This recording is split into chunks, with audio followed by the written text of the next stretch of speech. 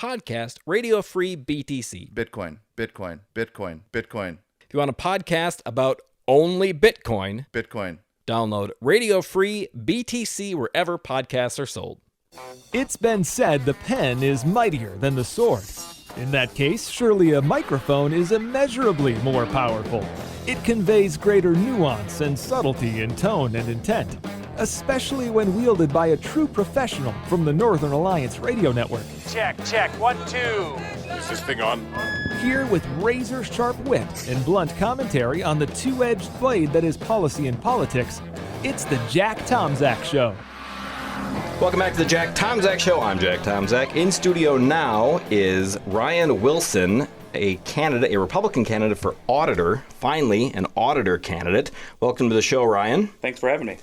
And I was going to make a joke. Why did you pick the sexiest office to run for, state auditor? But that's not the first question. The first question is, who are you and why are you running? Well, I can answer that question. And you have an hour, so fill the time. I can answer that question. Your first question is part of your second question. So okay. I'm running because nobody's doing the job right now.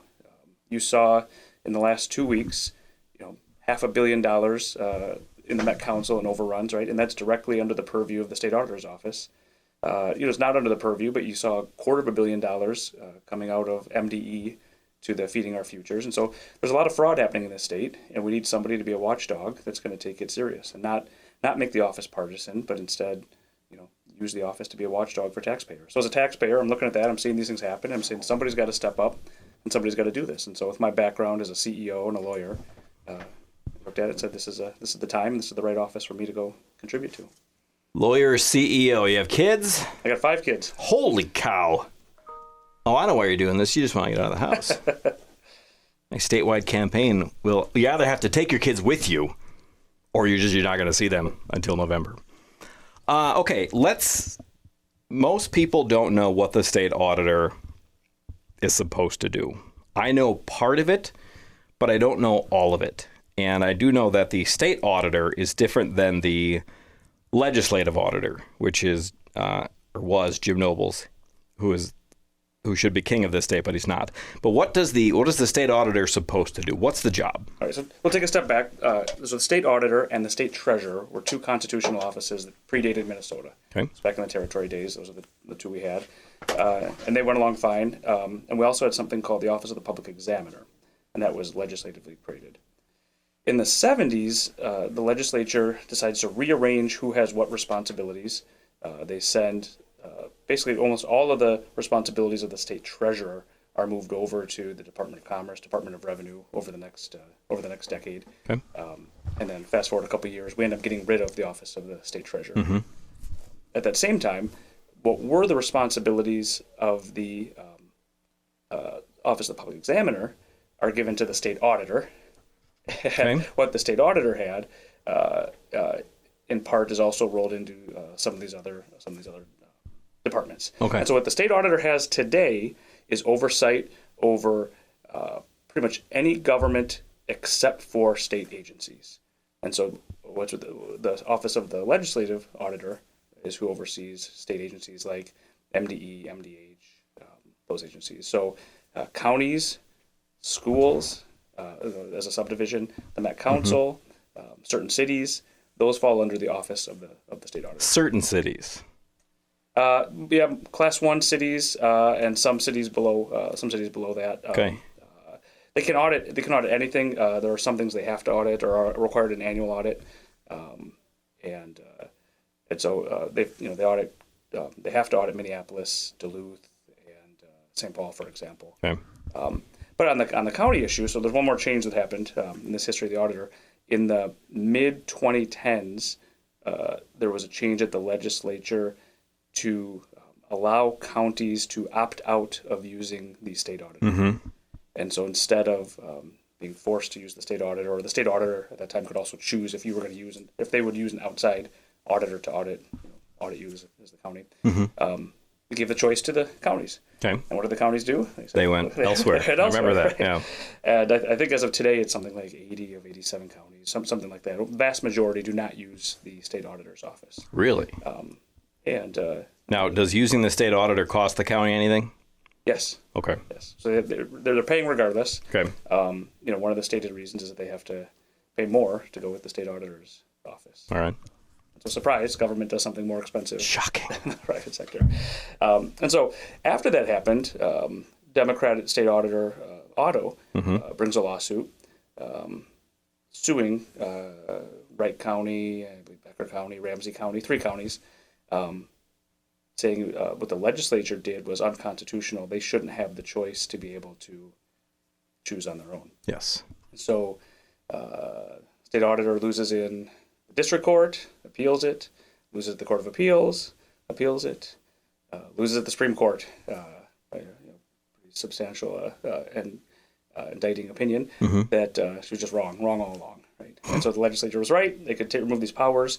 Rebecca Otto, wrong all along. They couldn't remove everything. They couldn't make the office an empty shell, and that's what the Supreme Court said. But they said this wasn't that, because one of the residual duties, even when counties choose to use another auditor, the state auditor's office is still setting the standards that they're auditing to. They still have to adopt and accept. So there is some government oversight over what the counties do. Because without amending the Constitution, the legislature can't eliminate a constitutional office or gut it, I guess, substantially change the purpose of the office. Yeah, they can change the duties. I mean, they did that in the 70s. They just can't leave it completely empty. Okay. And so how far that can go, to be told. But there's still a good number of responsibilities with the state auditor's office. Like I said, they oversee the counties and cities, school districts. They also have the ability to audit not just these annual audits, but also go in for special audits or for cause. Somebody raises a question, says, I think something's happening here, right? I think, for example, one of the things I'm hearing as I travel around the state is with this remote work, there's people who haven't logged in, for months. And so somebody could report that and say we have these no-show jobs or people not working at the county level, and that's something that the state auditor could go in. Okay. Go and check out. And so, unfortunately, that gets back to why I'm running. People ask, is this office partisan, right? And yeah, I mean, it's an endorsed office, but should it be run partisan? Is there a partisan nature to it? And I argue the answer is no. Math isn't partisan, right? Right. You look at the books, you look at the compliance with the numbers, reporting requirements, you follow the money wherever it leads you. But how it can become partisan is by choosing what not to look at. Yeah. And so when you don't go look at counties that might be misspending money, when you don't go look in the right areas or ask the right questions to the Met Council, who the auditor's office annually audits, you get things like $500 million overruns that are surprises. So that's how today the office is being used in a partisan manner. It's not the the auditors at the office. They're good people. I've spoken with several of them.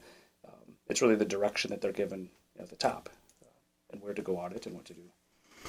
I had to look up who the current state auditor was. I was pretty sure I remembered the name, but after Rebecca Otto got Otto there, I stopped paying attention. And I'm not going to campaign for her, but the current auditor, is she avoiding looking into counties or cities or entities that she's friendly with? Yeah, I mean, most of the cities that would be under the purview, and counties that would be under the purview of the auditor are Democratic run. Sure. The big ones. Yeah, I mean, the Met Council has historically been more aligned with Democratic interests, right? So the Met Council, that would be one of the auditors. Yes, that is under her, as a subdivision, it is under her purview. So that's weird, because the state auditor doesn't do state agencies, but because the Met Council is it's specifically called out in statute. It just says state auditor shall audit the Met Council. Good. Yes. Well, if you win, good. Right. So what we saw yesterday, obviously, first Republicans called for an independent audit, most likely by the Office of the Legislative Auditor of the light rail. And some of the Democrats, a session got in. They're saying, well, okay, yeah, we agree. And just yesterday, Walz came out and said, okay, I agree too. I think we should have an independent audit of this. And leading from behind, yes. And obviously that's a bit of a shot at the state auditor. Right? He's not calling for another audit or for the state auditor to audit this particular issue with the light rail project. He's calling for an independent auditor outside of her office. And so thought it was interesting. Even he doesn't trust a bit of vote the of no current confidence. auditor. Yeah. And so, I look at things, and we don't need to spend the whole time on the light rail project, but I'd love to, because 10 years ago, when I started my broadcasting hobby, I said, you just watch, this thing is going to cost $2 billion, because at that point it was not supposed to. And I was taking a big leap by saying it's going to cost $2 billion. And today I think it's going to hit $3 billion. yeah. And it's supposed to be half that. So what's up? Well, first, as an auditor, you don't have to be for or against light rail. Sure. There's pros and cons. A lot of those pros and cons change in a post-COVID world. Sure. And I don't know if anybody's looked at, do we still need this kind of transit, bringing people in and out of downtown? Oh, the people of North Star Corridor have looked into that and decided no. But I understand for the job you're applying for, the existence of rail is it's not under your purview. Yeah. But if we are going to build things, and this would fall under my job, we should be doing it on time and on budget. Yes. And as soon as we see that we're not on time and not on budget, somebody should be raising the red flag, and then the legislature can choose, as the representative of the people, what to do about that. And when you don't have information, when you're operating in the dark, you get more and more sunk costs, Yep. and it becomes harder and harder to stop this train as it goes down the tracks. Yes. That is both a metaphor and exactly what is happening. It's sort of business. So I think I mentioned before, I used to be a CEO. I ran a medical research company. We would both monitor and audit clinical trials. And so we would, you want to get FDA approval for something, we'd be the guys who would go get you FDA approval. And we would go in and verify that the data that was being given to us from the doctors was correct, that they weren't hiding adverse events. These are all terms now that everybody knows about. Yeah. People are acutely aware of clinical trials in this post-vaccine world.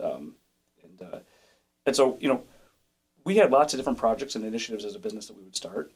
Sometimes we have to sink money into them. And when the assumptions changed or didn't work out the way they were supposed to be, you look at what is the value going forward. The sunk cost goes out the door. Right? The sunk cost doesn't matter. And so again, in order to make decisions on big infrastructure projects or on any investment by counties, cities, other subdivisions, you have to know that the people making the decisions are using accurate numbers, that they have a process for validating those numbers, and that they're making the best informed decisions possible. Again, as an auditor, there's multiple things that I can be doing to go in and ensure that, right? Making sure that the numbers that they have in the past are accurate, making sure that projections or their processes they have in place, that they're following them for forecasting for the future, and also giving there's the auditing part, but there's also a best practices part. Yeah. So sharing what is the best practice for some of these things, and so I think there's a real gap today in the state auditor's office. Say a very quick break for some commercials. I'm talking with Ryan Wilson, a Republican candidate for state auditor. You're listening to the Jack Tomczak Show on AM 1280, The Patriot. Hey, it's Jack. So I just bought a 1966 Mustang on an online auction, sight unseen. And I'm not a car guy. Most people would say it was a risky move, or at a minimum, not very smart. So you know what I did? I called High 10 Service in Coon Rapids and had my buddy Scott Schulte take a look at it. Everything is going to be fine. Scott and his team got it running and didn't break the bank to do it. You should take your car to High 10 Service in Coon Rapids. They fix normal cars too, not just gorgeous classic cars like mine. Go to high10service.com and schedule your appointment online right now. That's high10service.com. Welcome back to the Jack Tomczak Show on AM 1280 The Patriot. I'm talking with Ryan Wilson, new candidate on the Republican side for state auditor. And Ryan, thank you for coming and thanks for running for the office. We needed some. It was a very obvious hole in the Republican attack on 2022. We left off with you talking about your experience as a CEO of a medical testing auditing company. Yeah, medical research firm in the industry. It's called a contract research organization. Okay.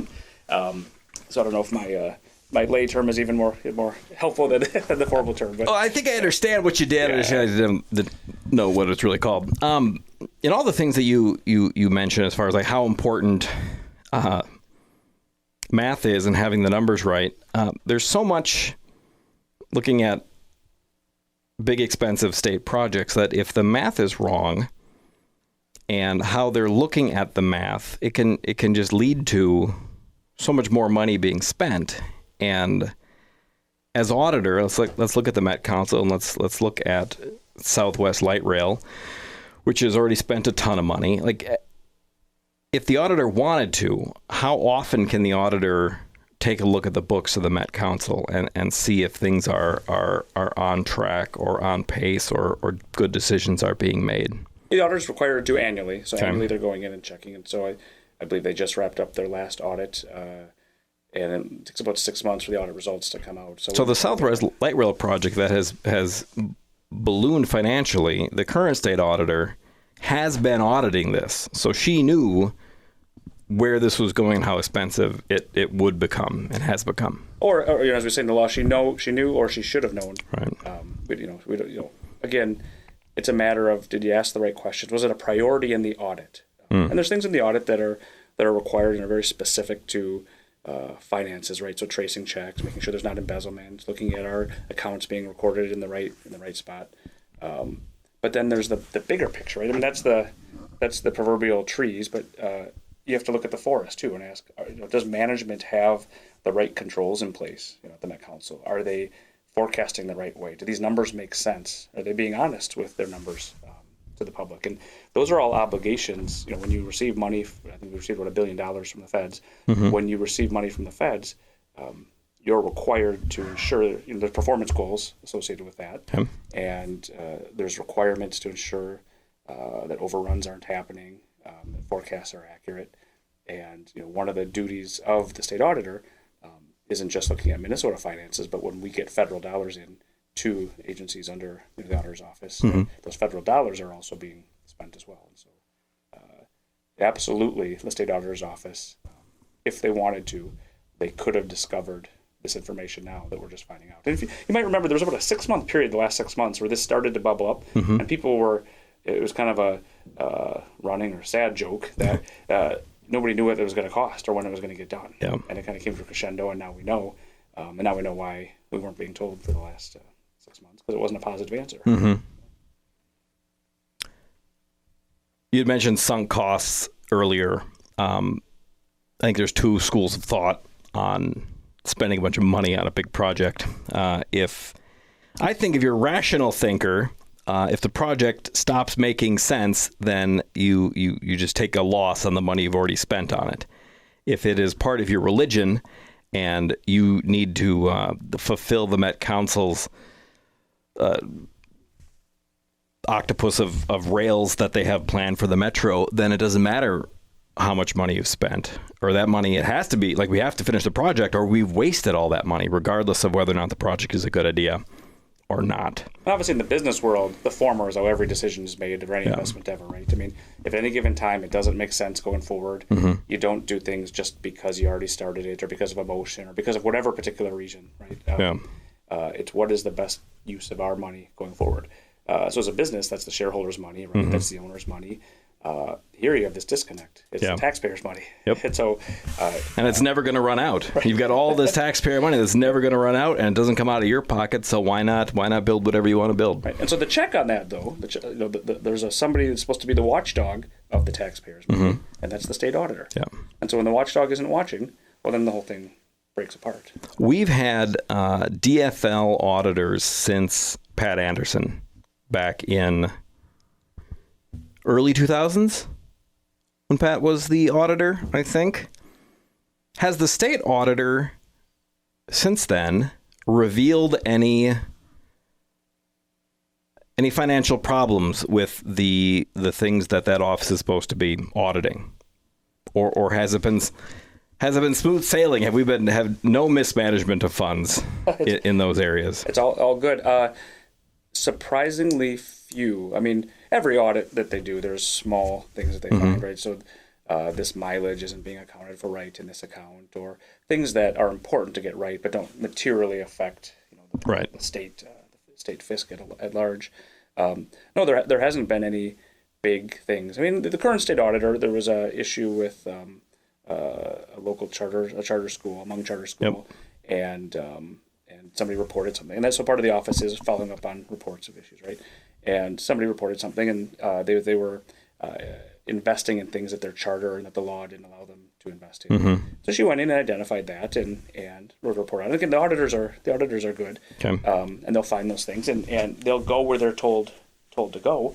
But it's where things aren't going. I mean, how much money have the schools got around the state to be able to stay open in CARES money? Right, millions and millions of dollars. And how many schools do we continue to see closed or struggling to get substitute teachers or whatever the issue might be? Unable to get PPE or whatever they need, whatever the schools say they need to stay open, and saying that they don't have it. The question is, where did that money go? Yeah. And we need someone asking, where did the money go? And then going and finding out. The auditor hasn't have anything to do with, not going to do anything about it, right? I mean, they're just the one shining the light on it. It's for the legislature to fix the problem. Yeah. But you can't fix a problem if you don't see it first. That's right. Over the last few years, there have been problems at Health and Human Services with that state agency not knowing where all the money was going.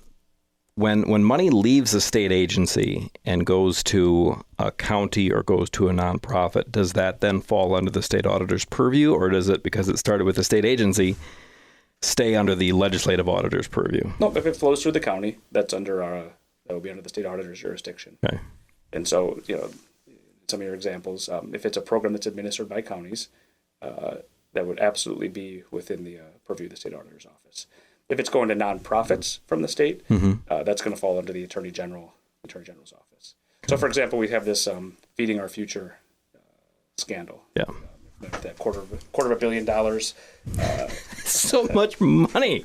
When it first happened, someone texted me and said, you couldn't write a movie about this. People wouldn't believe that a company could go from a couple $1 million a year to $250 million a year, allegedly, because it hasn't been fully proven in a law yet.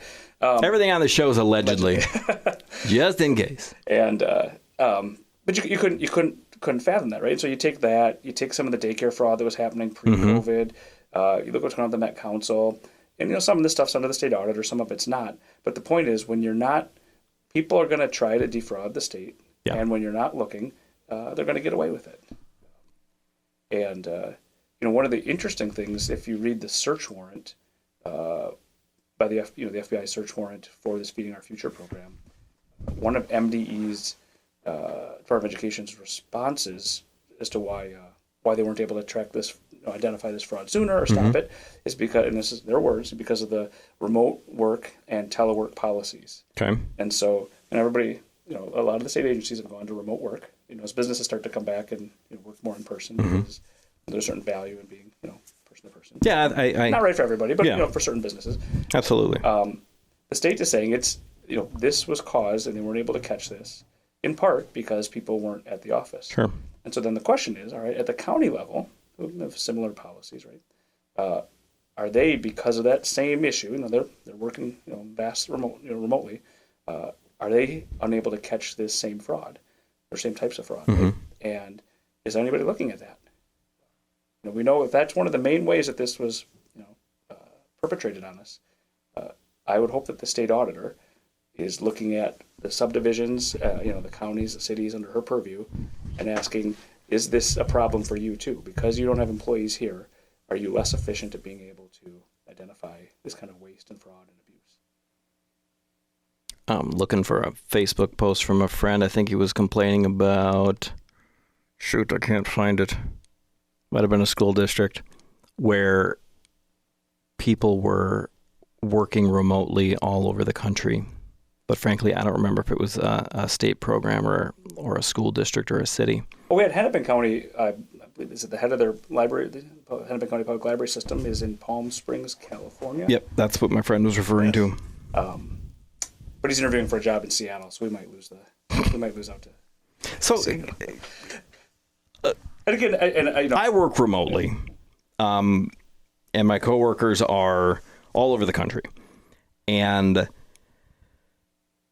that works for us. But I can also take my dog for a walk for way longer than maybe my dog needs to be walking. Can the state auditor, the state auditor would audit money, but can the state auditor audit lazy people or people taking advantage of the situation or maybe not being as efficient as they could or like.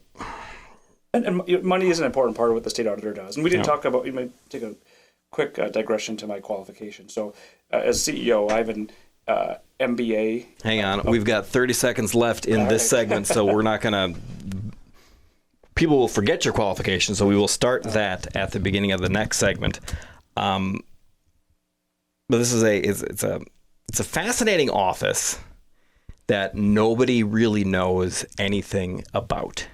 And I think it's great that somebody who's actually qualified is taking a run at it. I'm talking with Ryan Wilson, the Republican candidate, the only one so far for the state auditor. You're listening to the Jack Tomczak Show on AM 1280, The Patriot.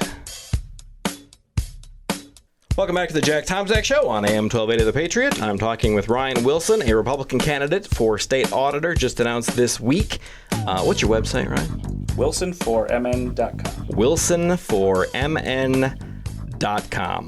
All right, we left off. You were trying to talk about your qualifications, and I was trying to go to a break. So now let's talk about your qualifications, Mr. Lawyer and former CEO and father of 5 kids. So you asked, there's the financial side of things, right? Yeah. But can audit, I think your words said we're lazy people, right? Yeah. And I don't know. Again, your words. Right.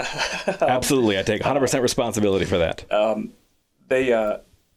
So part of the office's responsibility is obviously financial accounting related, right? There's also compliance, legal compliance. That's a part of what a state auditor does, right? So to the extent that if somebody's supposed to be working and they're not, if they put into a time card 40 hours a week and they're not putting in 40 hours a week, there's a financial component to that, but there's also a legal component to that. And so my background straddles both of those worlds. As a MBA with an emphasis in corporate finance from La-di-da.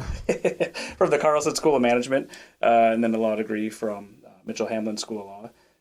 I'm able to understand in depth both of those worlds and how those two things intersect. The current auditor doesn't Come on, she was the secretary treasurer of the Minnesota AFL-CIO, and she taught middle school math. Yes. So there's that. I mean, it's not the same, but it's something. And I think the other kind of key qualification I have is having started my business. I was the founder, not just the CEO. Mm-hmm. Is there commercials? I'm not only the founder; I'm also a member. Yeah, it's a hair club for men. Yeah, not quite that. He's got great hair. Everybody, he's got great hair. How old are you, Ryan? I'm 41. 41. Great hair. So my business partner and I, we start the business, and it's just the two of us, and we grow it over 3 or 4 years. Okay. Hire all the employees. We're doing the work ourselves, so I'm going out and I'm monitoring and auditing, hospitals because everybody's rolling up their sleeves. And eventually, we hire staff and hire more staff and get layers and stuff. And so I've managed organizations. We ended up selling or merging the company in 2010 with a pharmaceutical version of what we did. And became Congratulations. Became their medical device division, okay. Which I then led up as the president and general manager. And I think so by the time I left, I think we were 100 people under our purview in a 2,000-person company. And so I've grown divisions of companies, and I know how to motivate people. And so not only do I understand the finance and legal side, but also the people side, because part of what a good constitutional officer does is being able to motivate people and get them behind a common.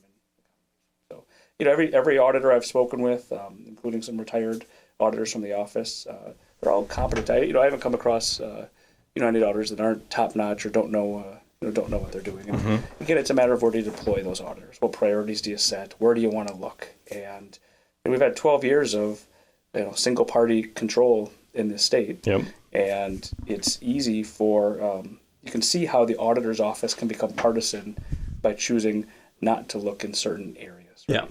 Yeah. And I'm hoping the whole ticket wins, but even if it's just me that wins, at least we'll have an auditor in there that is able to be a check and a balance for the other areas of government. Well, I think what we've seen with the auditor's office, the AG's office, and Secretary of State's office, when the party that has it, this of course being the DFL, AG's office for forever, Secretary of State's office for I guess as long as it's been since we had the auditor's job. We're coming up on, it might be 20 years. Is it 20 years? 02? Or maybe just shy of that. Yeah, 06 was when, That was a bad year. So 16 years. 18 years? I don't do math. This is why I didn't run for auditor. So, by the way, some famous auditors in the past. You had Arnie Carlson, Yep. Mark Dayton, and I believe Paul Wellstone ran and lost. Okay. And after he lost, I'll paraphrase, but it was something to the effect of, that's fine, I'm not good at math anyway. Well, I'm glad he decided to run for that. But when you've got no threat, or you feel like you've got no threat of the other party ever taking your constitutional offices away, you're going to start to feel like you're untouchable and your party can do whatever it wants. And that's the situation we've had in Minnesota for a very long time. And it's most obvious, I think, in the Attorney General's office, because that's a pretty high-profile position. And we saw in 2020 with Steve Simon as Secretary of State what that office is capable of should the office holder decide to do something with it. But auditor is just so under the radar. And most people, I was saying, including myself, we got no idea really like what is being done or what can be done should that office holder decide to use that office for partisan goals. And not auditing people, not looking at things, I mean, that's where your bias is revealed. And really, my goal is to restore it to the nonpartisan nature of the office, right? I mean, I'm a big believer in just do the job. Yeah. And if somebody that happens to be in line with you politically is caught with their hand in the cookie jar, that's on them. Yeah. And the statutes are there, the duties are there, the legislature in their wisdom said this is what you're supposed to do, and if you just fulfill those duties, things tend to work okay. When you ignore or subvert or don't fulfill the law to its fullest, things start to fall apart. You mentioned the Attorney General's office, right? And there's some of this auditing, the stuff dovetails into each other. We talked earlier about how they have original jurisdiction over nonprofits, and so we have this nonprofit, again, this astronomical potential scandal of $250 million. Mm-hmm. There's again, in the search warrant, and everybody can read it for themselves, that money is already leaving the country. I think the FBI found that $500,000 of it was used to buy an apartment in Nairobi, Kenya, for example. Why would, okay. And so if I was the Attorney General, or advising the Attorney General, I'd be getting on that today to claw back Minnesotans' money, right? I mean, the longer that money is in other hands, the more it's going to be passed around. It's going to be more and more difficult to get it back for us, right? And so I haven't seen, Attorney General Ellison on the front steps, banging his fist, telling us the task force he's putting together to hunt this down. And then, it was Fed money that came to us, but it's still it's still money flowing through us, right? Yeah. And it's all that money comes from the same people. Mm-hmm. And so it'll be really interesting to watch how that all plays out and how that dovetails. We have a couple good Attorney General candidates and how that dovetails with their campaigns. And it's not like. And by the way, it should be getting money back that was stolen from you should not be a partisan issue. It's just like auditing should not be a partisan issue. My thought was that when the people stealing the money are on your side, you're not going to look into it all that much. And I'm like, well, wait a minute. Who are these? Who took the money? Maybe they're not on Keith Ellison. Whose side? What's going on here? And I think that reveals that if you are slow to act, people are just going to assume that you're okay with the fraud and that the people who took the money, you're okay with them as well. And I know nothing about this group. I see that Mayor Freyfry of Minneapolis met with the folks who had the nonprofit, but I don't really know what if in any way, shape, or form they're involved with Keith Ellison. So why wouldn't he be on top of this right away?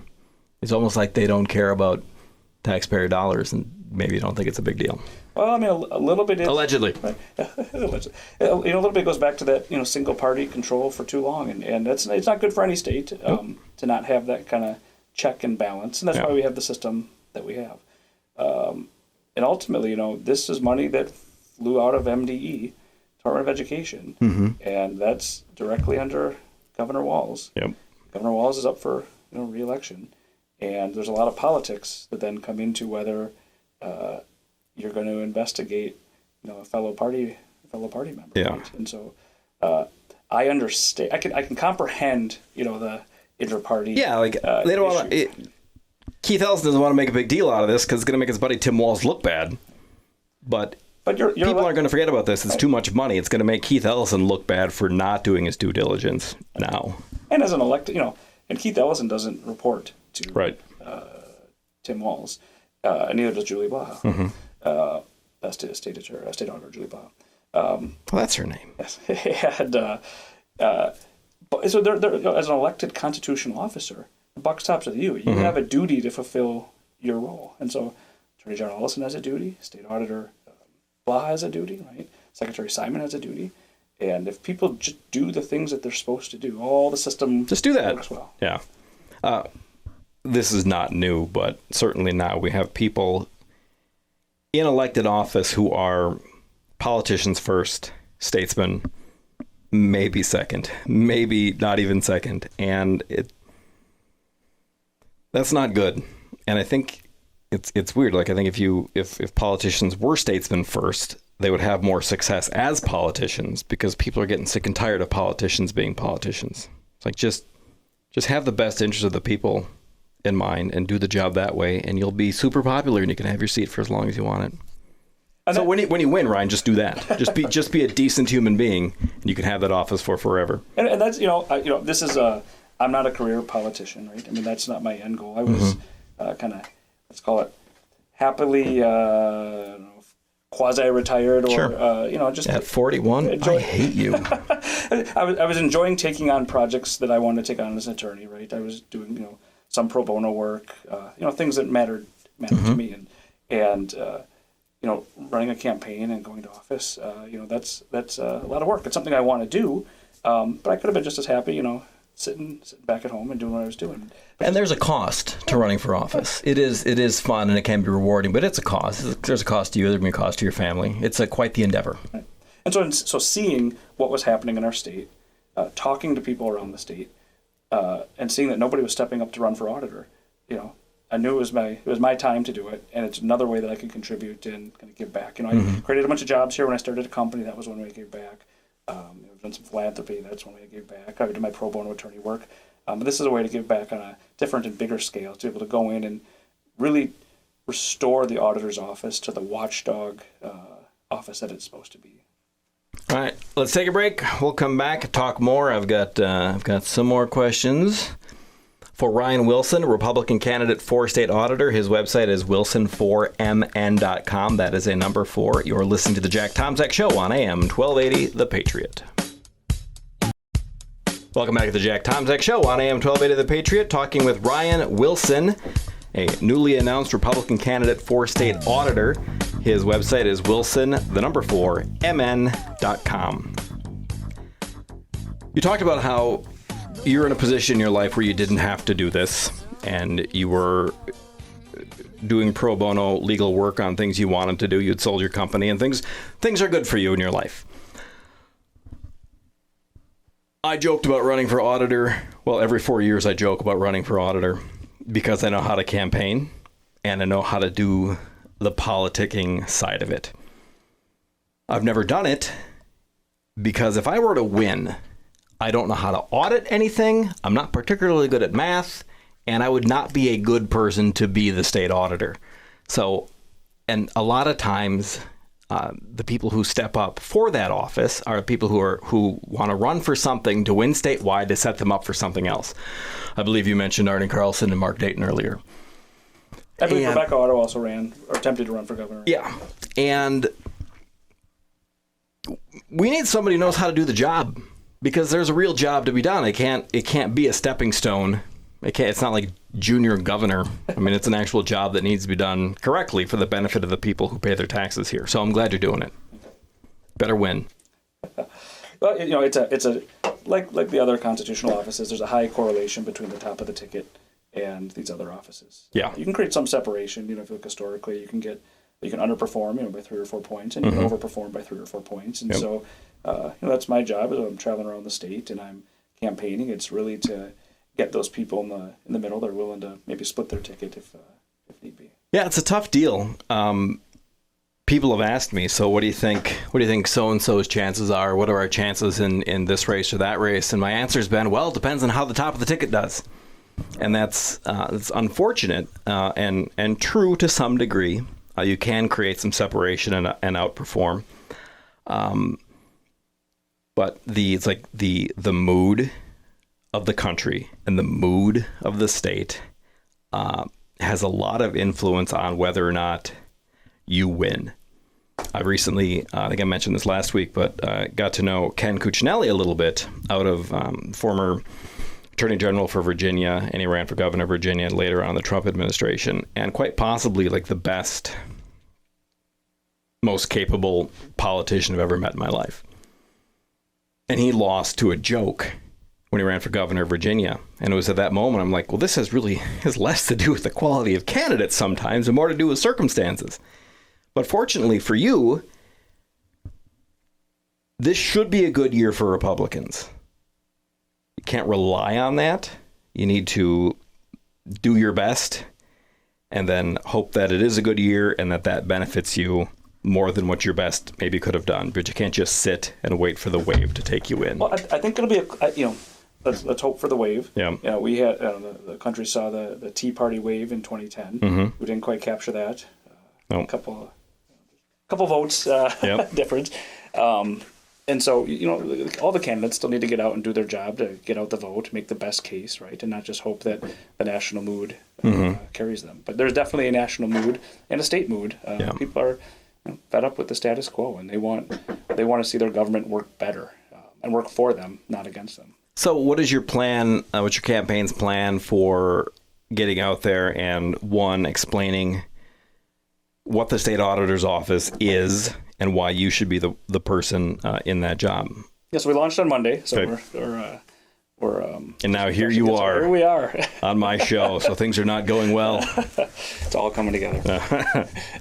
We'll travel around the state. I look forward to visiting counties, visiting BPOUs, getting to know people. I had the benefit. I have 5 kids, right, and they play hockey. So I've traveled a lot of state already, it, yeah. and I've got to meet a lot of people. And I've been just up in Eveleth a couple weekends ago, meeting with people there and talking about what are their needs in their area and what's going on. It was before I'd announced, but knowing that it might be coming, and so just traveling the state, meeting with people, and making the best case that I can that having a good nonpartisan watchdog is important for Minnesota, regardless of how the rest of the ticket performs. Mm-hmm. One of the areas that I brought this up with everybody who's running statewide who's come on the show, Republicans need to do better in Minneapolis and St. Paul and the first ring suburbs. We need to do better everywhere, but we've always ignored those areas. And I think specifically for the auditor job, there might be more opportunity for you in St. Paul and Minneapolis than the other races, because their school districts routinely fail children. And maybe that's something, maybe there's a hook there that you can work with. That starts with the property taxes, right? And they've been, even with all this CARES money and everything flowing into the state, property taxes are still going up. It's always more. And I think whether you're a Republican or Democrat, whether you live in Minneapolis, St. Paul, the suburbs, or outstate, nobody wants their money wasted. Mm-hmm. Everybody works hard for that money. Mm-hmm. And as an auditor and as a watchdog, I'm going to ask the question, where'd the money go? Yeah. Where's it going? And I'm going to get that answer. I'm going to put it out there, and then people can decide if the government is using their money for the things that they want to use their money, that they should be using their money. What I can't figure out is how, per pupil, Minneapolis spends the most, and they have the worst results. Look into that. Figure out where this, because years ago it was $22,000, I think, per pupil, but that was a while ago, so I'm sure it's more.